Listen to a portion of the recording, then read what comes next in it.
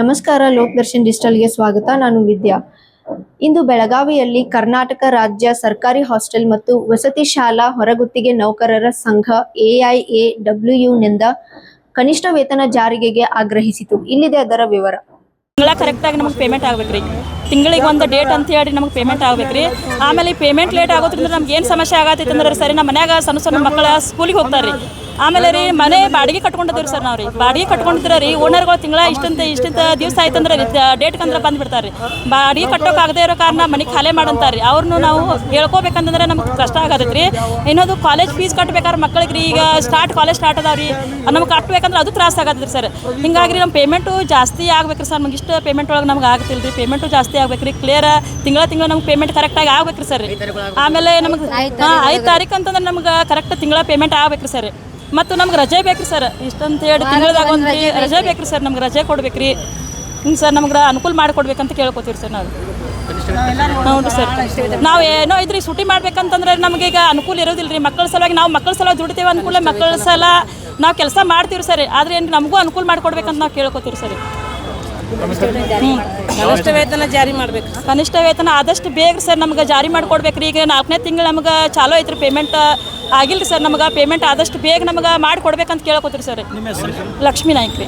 ರಾಜ್ಯ ಸರ್ಕಾರಿ ಹಾಸ್ಟೆಲ್ ಮತ್ತು ವಸತಿ ಶಾಲಾ ಹೊರಗುತ್ತಿಗೆ ನೌಕರರ ಸಂಘದಿಂದ ಇವತ್ತು ಬೆಳಗಾವಿ ಜಿಲ್ಲೆಯ ಜಿಲ್ಲಾಧಿಕಾರಿಗಳ ಕಚೇರಿ ಎದುರು ನಾವು ಹೋರಾಟವನ್ನು ಮಾಡ್ತಿರೋ ಉದ್ದೇಶ ಏನಪ್ಪ ಅಂತಂದರೆ, ಮೇ 22, 2026ರಂದು ರಾಜ್ಯ ಸರ್ಕಾರದಿಂದ ಕನಿಷ್ಠ ವೇತನ ನಿಗದಿ ಮಾಡಿ ಅಧಿಸೂಚನೆಯನ್ನು ಹೊರಡಿಸಿದ್ದಾರೆ.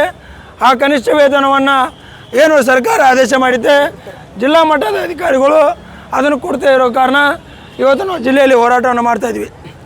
ಅದರಲ್ಲಿ ಸರ್ಕಾರ ಮಟ್ಟದಲ್ಲಿ ಈಗ ಅದನ್ನು ತಡೆ ಆಜ್ಞೆ ತಂದಿದ್ದಾರೆ. ಅದನ್ನು ನಾವು ವಿರೋಧ ಮಾಡ್ತೀವಿ. ನಮಗೆ ಹೊಸ ಕನಿಷ್ಠ ವೇತನ, ನಾವು ಸುಮಾರು ಬೆಳಗ್ಗೆ 6 ಗಂಟೆಯಿಂದ ರಾತ್ರಿ 8-9 ಗಂಟೆವರೆಗೂ ನಾವು ಕೆಲಸವನ್ನು ಮಾಡ್ತೀವಿ. ಆದರೂ ಕೂಡ ನಮಗೆ ಸಂಬಳ ಸಿಗ್ತಾ ಇರೋದು 13,500 ಮತ್ತು 14,000, 12,000 ಮಾತ್ರವನ್ನು ನಮಗೆ ಕೊಡ್ತಾ ಇದ್ದಾರೆ. ಸೊ ಹಾಗಾಗಿ ನಮಗೆ ನೌಕರರಿಗೆ ಸರಿಯಾಗಿ ಯೂನಿಫಾರ್ಮ್ ಇಲ್ಲ, ID ಕಾರ್ಡ್ ಇಲ್ಲ, PF ESI ನಂಬರ್ಗಳಿಲ್ಲ, ಕೆಲವೊಬ್ರದ್ದು ಇನ್ನೂ ತುಂಬಿಲ್ಲ. ಅದೇ ರೀತಿಯಾಗಿ ನಾವು ಕೇಳ್ತಾ ಇರೋದು, ನಮಗೆ ಹೊಸ ಕನಿಷ್ಠ ವೇತನವನ್ನು ಕೊಟ್ಟು ಕನಿಷ್ಠ 31,000 ಸಂಬಳವನ್ನು ನಮಗೆ ಕೊಡಬೇಕು.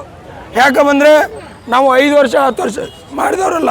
ನಾವು ಸುಮಾರು ಒಂದು 20 ವರ್ಷದಿಂದ ಈ ಹಾಸ್ಟೆಲ್ಗಳಲ್ಲಿ ಕೆಲಸ ಮಾಡ್ತಾ ಬಂದಿದ್ವಿ. 10 ವರ್ಷದವರು ಇದ್ವಿ. ಇಲ್ಲಿ ಬಂದವರೆಲ್ಲ 10-15 ವರ್ಷ ಮಾಡಿದವ್ರು ಕೆಲಸದವ್ರು ಇದ್ದಾರೆ. ಸೊ ಹಾಗಾಗಿ ನಮ್ಮ ಮೂಲ ಬೇಡಿಕೆ ನಮಗೆ ಕನಿಷ್ಠ ವೇತನ ಕೊಡಬೇಕು, ವಾರದ ರಜೆ ಕೊಡಬೇಕು. ಅದ್ರ ಜೊತೆಗೆ ನಮಗೆ ಬರುವಂಥ ಸರ್ಕಾರಿ ಸೌಲಭ್ಯಗಳನ್ನು ನಮಗೆ ನೀಡಬೇಕು. ನಮಗೆ ತಕ್ಷಣ ಮೇ 22, 2026ರಿಂದ ಇಲ್ಲಿವರೆಗೂ ನಮ್ಮ ಕನಿಷ್ಠ ವೇತನ ಪಾವತಿ ಮಾಡಬೇಕು.